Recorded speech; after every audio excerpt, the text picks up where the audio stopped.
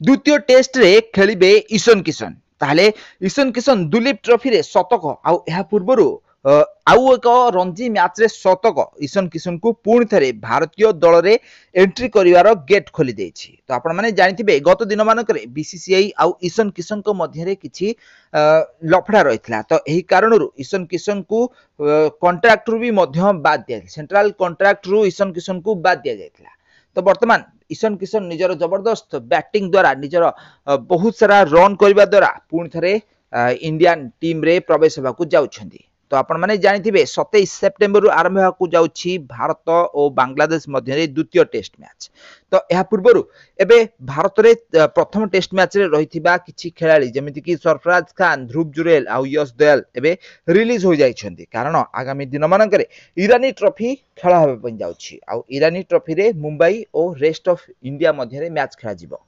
ताले एही मैच रे सरफराज खान मुंबई दल तरफरु खेलिबे, ध्रुव जुरेल, यश दयाल समस्ते मुंबई तरफरु खेलिबार रहिछि।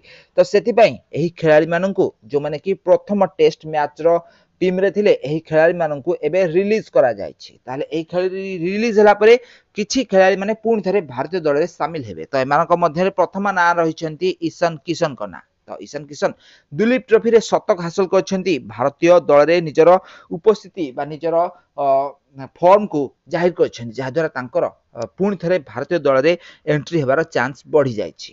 ताले ईशान किशन एबे द्वितीय टेस्ट पई भारतीय दल रे प्रस्तुत होइछंती आउ हुए तो तांको द्वितीय टेस्ट रे भी मध्य खेलिबार चांस दिया जाय पारे।